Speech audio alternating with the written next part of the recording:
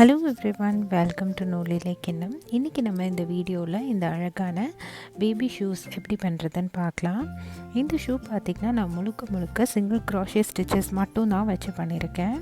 இது பார்க்குறதுக்கு ரொம்ப காம்ப்ளெக்ஸாக இருந்தால் கூட நான் இந்த சிங்கிள் க்ராஷே ரிப்பிங் யூஸ் பண்ணி தான் இந்த பேபி பூட்டிஸ் பண்ணியிருக்கேன்.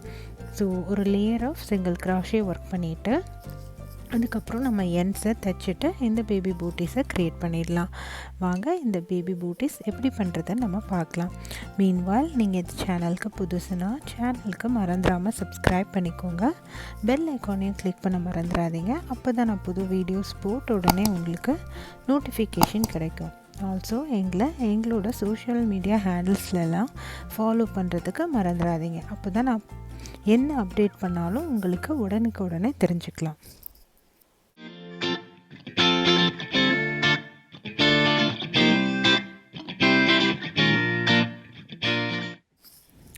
ஸோ இந்த ப்ராஜெக்ட் பண்ணுறதுக்கு பார்த்திங்கன்னா நான் லைன் பிராண்டோட பேபி சாஃப்ட் யான் சர்க்கஸ் பிரிண்ட்ங்கிற கலரில் எடுத்திருக்கேன். ஸோ இந்த யான் வந்து ஆல்ரெடி நம்ம சேனலில் போஸ்ட் பண்ணியிருக்க பேபி பிளாங்கெட் அண்ட் பேபி ஹேட்டுக்கு மேட்சிங்காக இருக்கும். ஸோ அதுக்கு நான் ஒரு மேட்சிங் ஷூ க்ரியேட் பண்ணுறதுக்காக நான் இந்த யான் எடுத்திருக்கேன். அப்புறம் ஒரு சிசர்ஸ் தேவைப்படும். அப்புறம் 3.5 mm க்ராஷே ஹுக் யூஸ் பண்ணுறேன் இந்த பேபி ஷூஸ் பண்ணுறதுக்கு. ஃபவுண்டேஷன் வந்து நம்ம ஸ்லிப் நாட் பண்ணிக்கிறோம். அதுக்கப்புறம் 17 செயின்ஸ் ஒர்க் பண்ணுறோம்.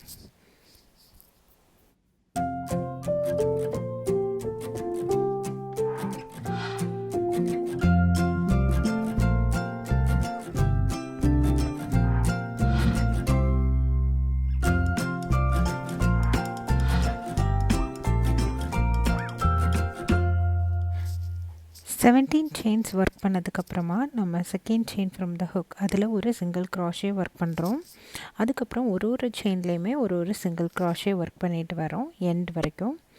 அதுக்கப்புறமா செயின் 1 பண்ணி நம்மளோட ஒர்க்கை டர்ன் பண்ணிக்கலாம் அடுத்த ரோ ஒர்க் பண்ணுறதுக்காக.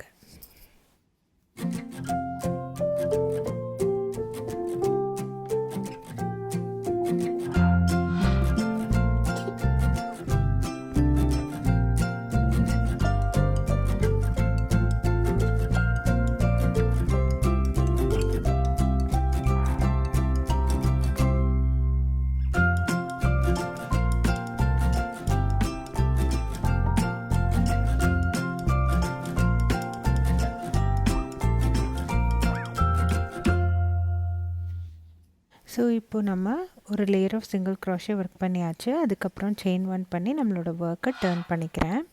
இப்போ நம்ம அடுத்த ஸ்டிச்சோட பேக் லூப் இப்போ பார்த்திங்கன்னா நம்ம இந்த செயினில் ஃப்ரண்ட் லூப் பேக் லூப் தெரியுது இல்லையா? நம்ம வந்து பேக் லூப்பில் மட்டும் ஒரு சிங்கிள் க்ராஷே ஒர்க் பண்ண போகிறோம். அதே மாதிரி ஒரு ஸ்டிச்சோட பேக் லூப்லேயும் ஒரு சிங்கிள் க்ராஷே ஒர்க் பண்ணிகிட்டே வர போகிறோம் எண்டு வரைக்கும். அதுக்கப்புறம் back loop single crochet row work பண்ணி முடிச்சதுக்கப்புறமா செயின் 1 பண்ணி நம்மளோட ஒர்க்கை டர்ன் பண்ணிக்கலாம்.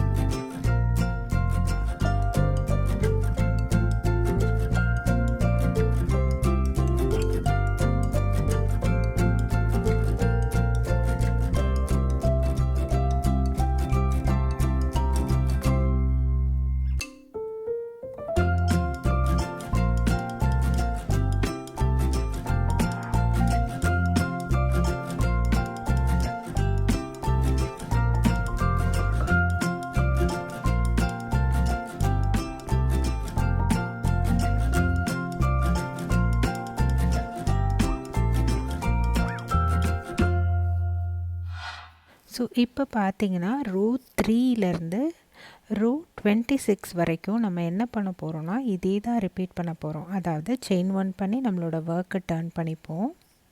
அதுக்கப்புறமா பேக் லூப் ஒரு பேக் லூப்லேயே ஒரு சிங்கிள் க்ராஷே ஒர்க் பண்ண போகிறோம் எண்டு வரைக்கும்.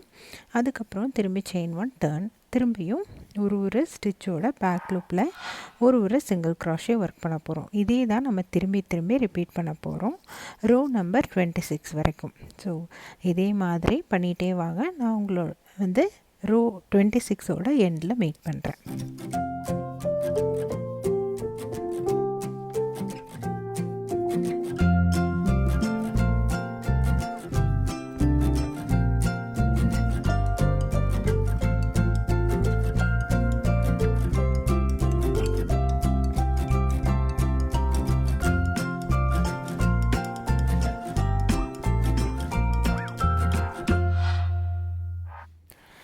ஸோ இப்போது நான் வந்து ரோ 26ஓட எண்டுக்கு வந்தாச்சு. ஸோ நம்ம ரிப்பிங் பேட்டர்ன் பாருங்கள், கொஞ்சம் ஸ்ட்ரிச்சியாக இருக்குது.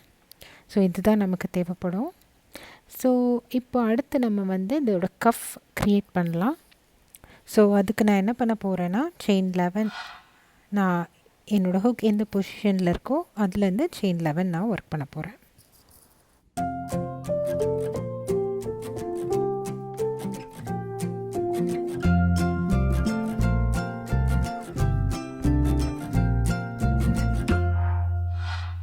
ஸோ செயின் 11 ஒர்க் பண்ணதுக்கப்புறமா நான் என்ன பண்ண போகிறேன்னா, அடுத்து என்னோடய second chain from the hook அதிலேருந்து நான் ஒரு 10 செயின் வரைக்கும் சிங்கிள் க்ராஷே ஒர்க் பண்ண போகிறேன். அதுக்கப்புறம் என்ன பண்ண போகிறேன்னா, 11th செயின்லேருந்து நான் வந்து back loop single crochet work பண்ண போகிறேன் எண்டு வரைக்கும். ஸோ டோட்டலாக பார்த்தீங்கன்னா நமக்கு 26 ஸ்டிச்சஸ் இருக்கும். ஸோ 11th செயின்லேருந்து back loop single crochet work பண்ண போகிறோம். ஸோ இப்படியே ஒர்க் பண்ணிட்டு வாங்க, எண்ட் ஆஃப் த ரோ நம்ம மீட் பண்ணலாம். அதுக்கப்புறமா செயின் 1 பண்ணி டர்ன் பண்ணிக்கோங்க.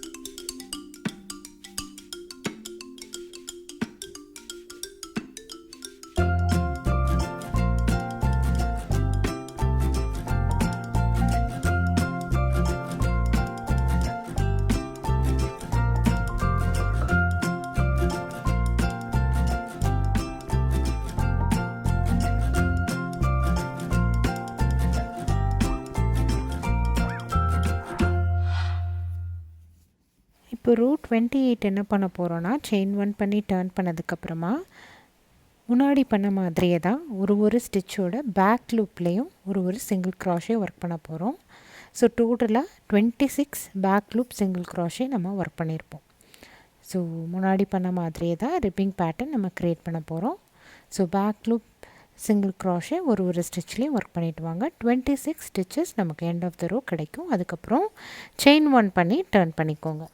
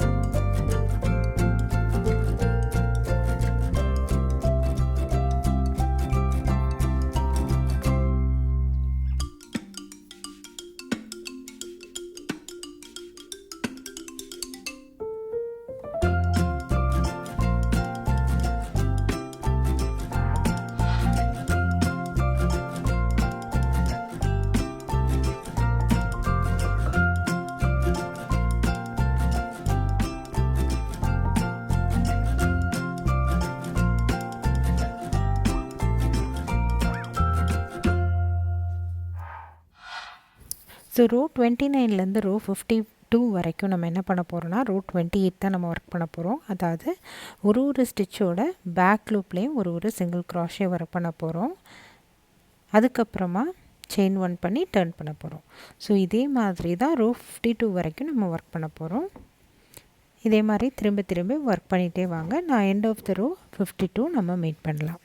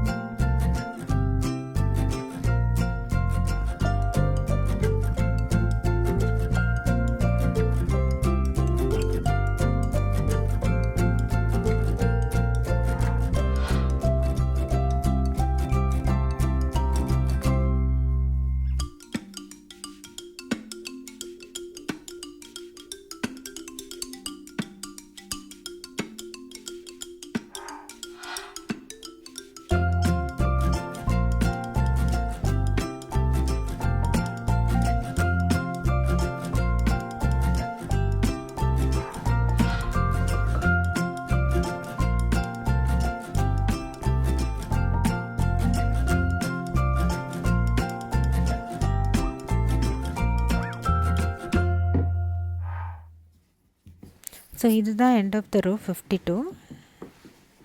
ஸோ இந்த மாதிரி ஒரு ஃப்ளாட்டான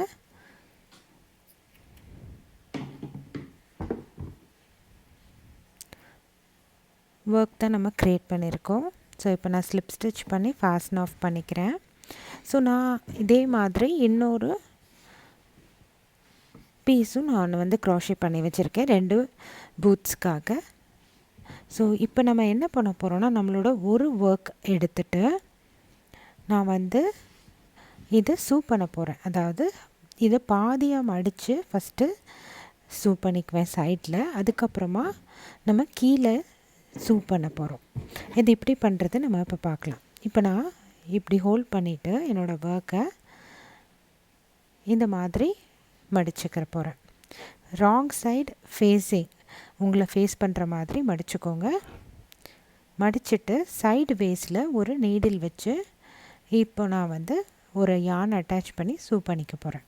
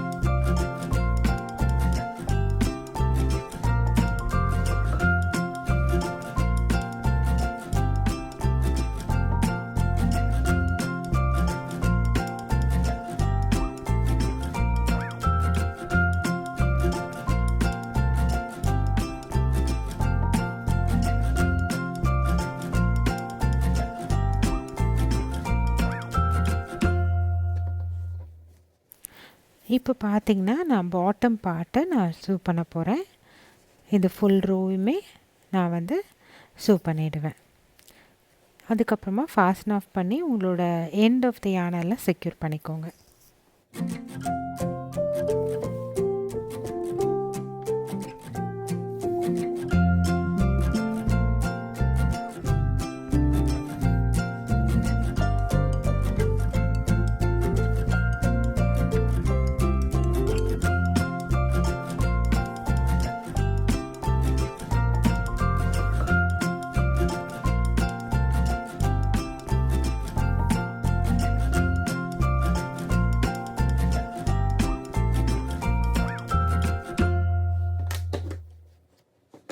ஸோ இப்போ பாட்டம் பார்ட் பண்ணதுக்கப்புறமா அந்த ஷூவோட டாப் போர்ஷனுக்காக நான் என்ன பண்ண போகிறேன்னா ஜஸ்ட் என்னோடய ரிப்பிங்கை வந்து கேதர் பண்ண போகிறேன். ஸோ நான் என்ன பண்ணுறேன்றதை க்ளோஸாக வாட்ச் பண்ணுங்கள். ஸோ என்னோடய நீடில் வச்சுட்டு இந்த மாதிரி நான் கேதர் பண்ணி நல்ல அதாவது ரொம்ப நல்லா டைட்டன் பண்ண போகிறேன். என்னோடய லூப்பை இழுத்தோன்னா நம்ம சுருங்கி வரும். ஆக்சுவலாக இது வந்து எப்படி சொல்லுவாங்கன்னா இந்த ட்ரா ஸ்ட்ரிங் பேக்கெல்லாம் இருக்கும் இல்லையா, ஸோ அதே மாதிரி இதை நம்ம வந்து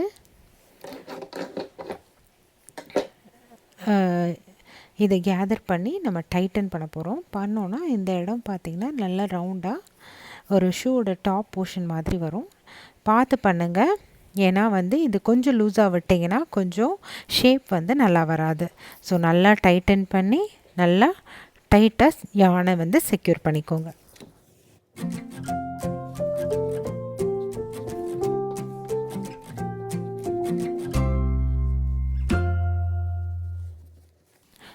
ஸோ இப்போ நம்ம வந்து ஷூவை இன்சைட் அவுட்டை டர்ன் பண்ண போகிறோம். அதாவது ரைட் சைட் நம்மளை ஃபேஸ் பண்ணுற மாதிரி டர்ன் பண்ண போகிறோம்.